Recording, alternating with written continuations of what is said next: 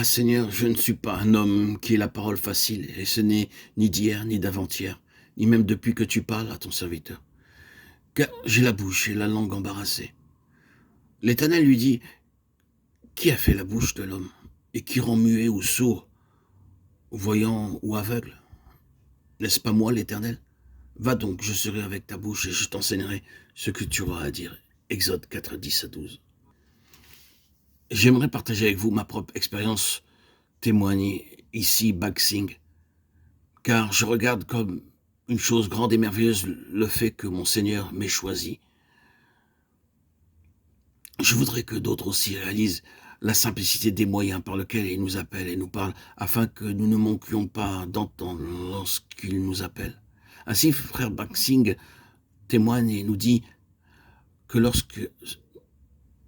sitôt après sa conversion, en 1930, à Winnipeg, au Canada, il alla à un culte le dimanche matin. Après la réunion, il se tenait dehors lorsqu'un homme s'approcha et lui serra la main. Il dit, je ressens encore l'étreinte de sa main alors qu'il me disait, frère, pourquoi n'allez-vous pas prêcher en Inde? Je répondis, frère, je suis un ingénieur. J'ai passé beaucoup d'années pour mes études. Et pour combler le tout, je bafouille et je bégaye.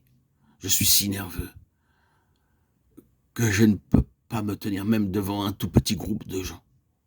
Lorsque je les vois, mes genoux s'entrechoquent. Comment un bègue peut-il être un prédicateur? Il n'ajouta rien, mais pendant 2 années entières, ces paroles me revinrent. Je ressentais la même étreinte avec les mêmes paroles. Pourquoi n'allez-vous pas? Pourquoi n'allez-vous pas? En boucle. Je dis alors au Seigneur, Seigneur, je promets de donner tout mon argent. Je pourrais ainsi employer beaucoup de prédicateurs.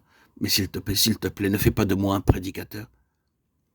Et Dieu me dit, je ne veux pas ton argent. Je te veux. Pendant 2 ans, ces paroles me revinrent. C'est un mystère. Pourquoi le Seigneur nous a-t-il choisis? C'est parce qu'il a un droit sur nous. Il est mon Créateur et le Dieu puissant. Il sait que lorsque nous nous livrons nous-mêmes à lui pour lui obéir et le suivre, nous connaîtrons plus pleinement la puissance par laquelle il œuvre en nous et à travers nous.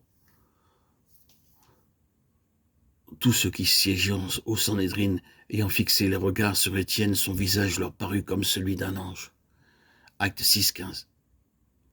Étienne était un homme ordinaire, duquel nous ne savons rien. Il apparaît soudain sur la scène et ce vase élu s'occupe de simples tâches accomplissant un service ordinaire en faveur des pauvres, des veuves, sans attendre une récompense. Cependant, tous les hommes virent qu'en fait, il n'était pas une personne ordinaire. Son désir était de plaire à Dieu et sa vie n'était pas une vie ordinaire. Mais sa vie était victorieuse parce qu'il choisit d'obéir à Dieu. Il était rempli du Saint-Esprit, de sagesse, de foi et de puissance. C'est le privilège de ceux qui sont choisis par Dieu. Si vous avez dans votre cœur le désir de faire la volonté de Dieu, attendez-vous à Dieu et vous verrez qu'à sa façon, il vous donnera ce que votre cœur désire. Obéissez-lui ainsi qu'à sa parole.